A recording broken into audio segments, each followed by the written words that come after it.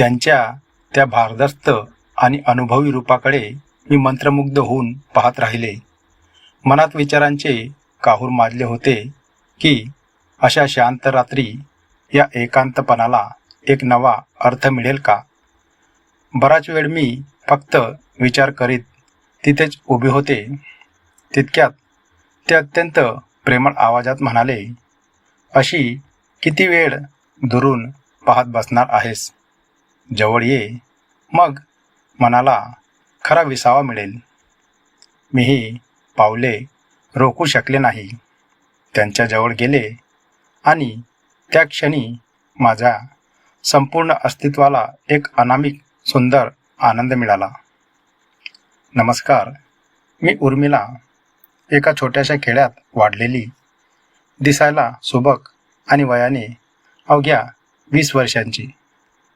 माझं लग्न होऊन अवघे 4 महिने झाले होते. माझा नवरा हर्षित शहरात मार्केटिंग क्षेत्रात काम करायचा. लग्नानंतर आम्ही शहरापासून साधारण 6 किलोमीटर अंतरावर असलेल्या एका शांत छोट्याशा गावात 2 खोलींचं छानसं घर भाड्याने घेऊन राहू लागलो. आम्हा दोघांनाही अशा निसर्गरम्य आणि शांत वातावरणात राहायला मनापासून आवडायचं. लग्नानंतरचे सुरुवातीचे 2 महिने मी गावीच होते. त्यामुळे आम्ही एकमेकांसोबत जास्त वेळ घालवू शकलो नव्हतो. पण इथे शहरात आल्यावर आमच्यातील जवळीक खूपच वाढली. हर्षितवर माझं जीवापाड प्रेम होतं. पण महिन्याभरातच त्याच्या कामाचे स्वरूप बदलले. मार्केटिंगच्या कामासाठी त्याला नाशिकला 2-2, 3-3 दिवस मुक्कामी जावं लागायचं. तो नसला की घरात माझं मन अजिबात रमायचं नाही. या एकटेपणावर उपाय म्हणून मी घरातच लहान मुलाची ट्युशन घ्यायचा विचार केला. लग्नापूर्वीही 1.5 वर्ष मुलांना शिकवलं होतं. सुरुवातीला गावातील 5-6 मुलं येऊ लागली, पण हळूहळू ही संख्या 16वर गेली. मुलांच्या किलबिलाटात माझा दिवस अगदी आनंदात आणि पटकन जाऊ लागला. आजूबाजूचे शेजारीही खूपच मायाळू होते. त्यामुळे दिवसाची फारशी भीती वाटत नसे. पण तरीही रात्रीच्या वेळी हर्षिताची उणीव मला खूपच जाणवायची. आठवड्यातून 3-4 दिवस तो बाहेर असायचा आणि मला एकटीलाच रात्र काढावी लागायची. असेच काही दिवस गेले. एक दिवस संध्याकाळी मुलांची ट्युशन सुटली. तितक्यात हातात काठी टेकवत एक प्रौढ व्यक्ती घरात आली. त्यांचे नाव मधुराव होते. वयोमान 50च्या पार असेल. त्यांची नात माझ्याकडे ट्युशनला यायची. तिलाच घेण्यासाठी ते आज आले होते. एरवी त्यांची सून यायची, पण आज ते पहिल्यांदाच आले होते. मी आदरांना त्यांनी घरात बोलवले, पाणी दिले आणि छानसा चहा केला. मधुराव दिसायला मजबूत बांध्याचे आणि रुबाबदार होते. त्यांच्या काळ्याभोर दाट मिशा त्यांच्या व्यक्तिमत्वाला शोभा देत होत्या. चहा घेताना त्यांनी माझ्या घराचे आणि स्वभावाचे खूप कौतुक केले. जाताना त्यांनी मला आपुलकीने सांगितले, उर्मिला, पोरी काही मदत लागली तर निसंकोचपणे मला सांग. अजिबात घाबरू नकोस. त्यांनी ट्युशन फी देताना 200 रुपये मला जास्त दिले. मी ते परत करू लागले तर ते मायेने म्हणाले, पोरगी आहेस तू माझी, राहू दे, आणि ते निघून गेले. त्याच संध्याकाळी हर्षित घरी आला. त्याला पाहताच मी धावत जाऊन त्याला घट्ट मिठी मारली. त्याच्या आवडीचे जेवण बनवले आणि आम्ही दोघांनी खूपच सुंदर वेळ एकत्र घालवला. पण हा आनंद अल्पजीवी ठरला. दुसऱ्याच दिवशी हर्षित पुन्हा 3 दिवसांच्या टूरवर निघून गेला. तो गेल्यापासूनच मला पुन्हा एकटेपणा जाणवू लागला. संध्याकाळी मुलांची ट्युशन संपायला 10 मिनिटे असतानाच मधुराव पुन्हा नातीला घेण्यासाठी आले. ते बाहेर खुर्चीवर बसले होते. ट्युशन संपल्यावर बाकीची मुलं गेली, पण त्यांची नात तिचे लेखन पूर्ण करत होती. मी मधुरावांना आत बोलावले. नातीला दूध बिस्किट दिले आणि आम्ही दोघांसाठी चहा केला. त्या दिवशी मी पिवळ्या रंगाची सुंदर साडी आणि मॅचिंग बाऊट घातला होता. मधुरावांनी माझ्या साडीचे आणि साध्या रूपाचे खूप कौतुक केले. त्यांच्या नजरेत एक वेगळीच आपुलकी आणि कौतुक होते. गप्पा मारताना मी त्यांच्या पायाबद्दल विचारले, तेव्हा त्यांनी सांगितले की लहानपणी पायावरून बैलगाडीचे चाक गेले होते. तेव्हापासून ही दुखापत आहे. फार दुखत नाही, पण खाली मांडी घालून बसता येत नाही. त्यामुळे जेवणही खुर्चीवरच करावं लागतं. पुढे बोलताना समजले की 8 महिन्यांपूर्वीच त्यांच्या पत्नीचेही आजारपणाने निधन झाले आहे. सुना नातवंडे असलं तरी जोडीदार गेल्यामुळे तेही आतून खूपच एकटे पडले होते. त्यांच्याबद्दल बोलताना मधुरावांच्या मनात आपल्या पत्नीविषयी खूप प्रेम दिसत होते आणि बोलता बोलता त्यांचे डोळेही पाणावले. त्यांचे ते दुःख ऐकून मला खूप वाईट वाटले. मला त्याच वेळी असं वाटत होतं की मी मधुरावांना जवळ घेऊन शांत करावे. त्यांना खूप आपुलकीने सांगावे की तुम्ही आता एकटे नाही आहात. तुमचे दुःख आणि एकटेपणा दूर करण्यासाठी मी आहे. तुम्ही हक्काने माझ्याजवळ येऊन मन मोकळं करू शकता, असं माझ्या मनात येत होतं. पण मी स्वतःच्या मनाला थोडं सावरलं आणि मनातले विचार मनात ठेवून त्यांना आपुलकीचा धीर दिला.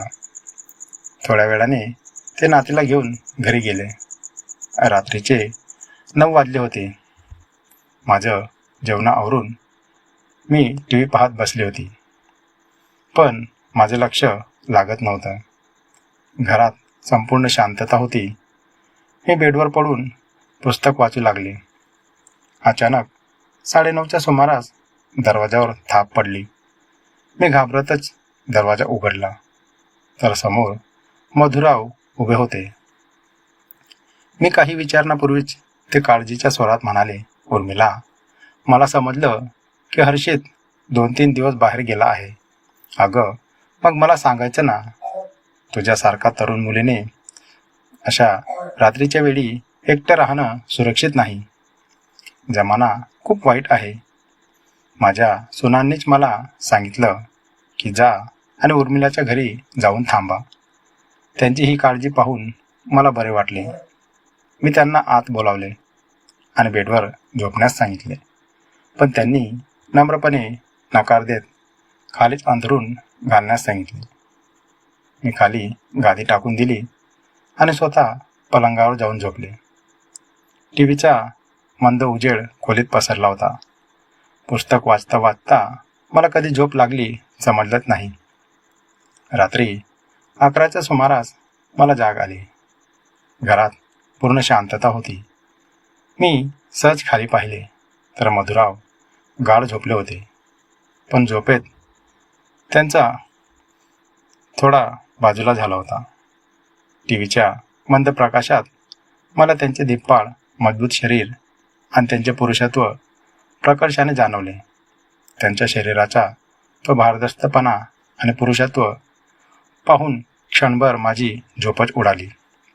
हर्षितच्या सुडोल शरीरापेक्षा मधुरावांचे शरीर अत्यंत पिळदार आणि अनुभवी वाटत होते. माझ्या मनात विचारांचे काहूर माजले. एकीकडे हर्षितची ओढ आणि दुसरीकडे समोर असलेल्या त्या अनुभवी पुरुषाच्या आकर्षण. माझे मन आणि शरीर एका अनामिक सुखासाठी आणि सोबतीसाठी तळमळू लागले. जशी रात्र वाढत होती तशी मला हर्षितची आठवण येत होती आणि सोबतच मधुरावांचा तो दुःखी चेहराही डोळ्यासमोर येत होता. मनात विचार आला की मधुराव आज इथे आले आहेत तर मी माझा एकटेपणा त्यांच्या सोबतीने कमी करू शकते. माझे नशीब चांगले आहे की ते स्वतःहून माझ्या सुरक्षेसाठी आले होते. कदाचित त्यांनीही माझ्या मनातील भाव ओळखले असावेत, म्हणूनच ते आले असावे. पण घरी येऊनही ते माझ्याजवळ आले नव्हते आणि खाली अंथरूण पाडून शांत झोपले होते. माझ्या मनातल्या या भावनिक विचारांमुळे मला झोप येणं अशक्य होतं. शेवटी मी स्वतःच्या मनाचा ताबा हरवून बसले आणि हळूच बेडवरून खाली उतरून त्यांच्या शेजारी जाऊन बसले. माझा स्पर्श होताच मधुरावांना जाग. त्यांनी डोळे उघडले आणि माझ्याकडे पाहिले. त्यांच्या चेहऱ्यावर एक समजूतदार, गोड आणि प्रेमळ हसू आले. त्यांनी उठून बसत मला खूप आपुलकीने विचारले, उर्मिला, काय झालं पोरी? झोप येत नाही का? मी त्यांच्याकडे पाहत थोड्या हळव्या आवाजात म्हटले, हो ना मधुराव, केव्हाची झोपण्याचा प्रयत्न करते, पण झोप काही येत नाही, म्हणून तुमच्याजवळ येऊन बसले.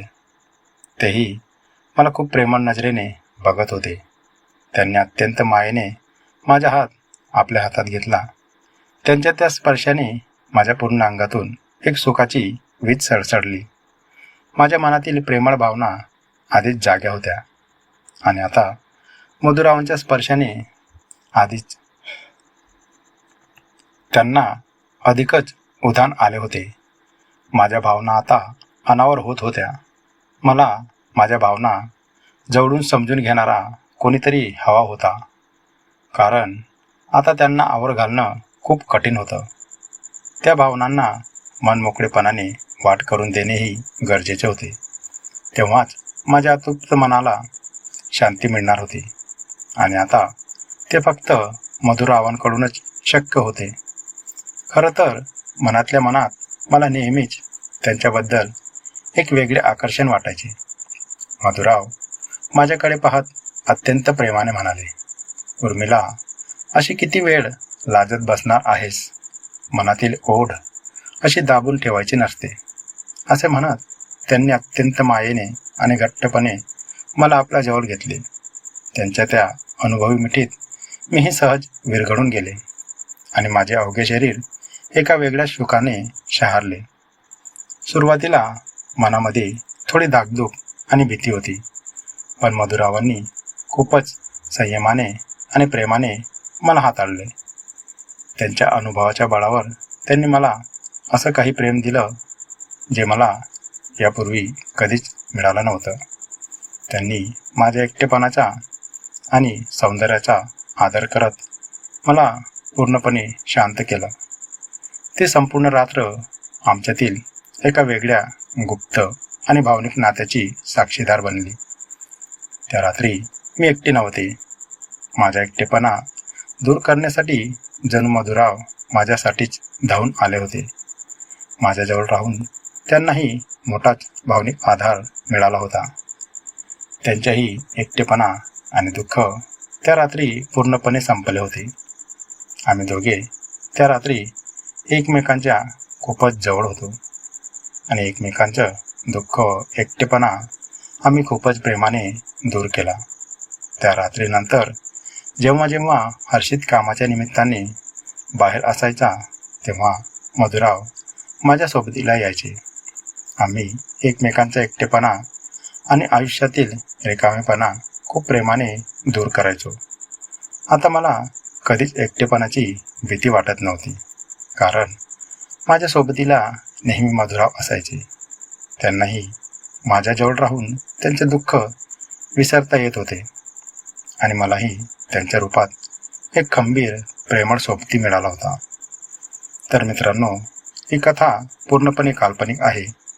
या कथेचा कोणत्याही जिवंत किंवा मृत व्यक्तीशी काहीही संबंध नाही. ही कथा फक्त तुमच्या मनोरंजनाच्या उद्देशाने लिहिली आहे. या कथेमधून कोणाच्याही भावना दुखावण्याचा आमचा कोणताही हेतू नाही. ही कथा फक्त एक मनोरंजन म्हणूनच ऐकावी. कथा आवडली असल्यास नक्की लाईक करा, तुमच्या मित्रमैत्रिणींसोबत शेअर करा आणि कमेंट करून तुमची प्रतिक्रिया आम्हाला नक्की कळवा. अशाच नवनवीन आणि रंगत कथांसाठी आमच्या चॅनलला म्हणजे सुमगो मराठीला नक्कीच सबस्क्राईब करा. धन्यवाद.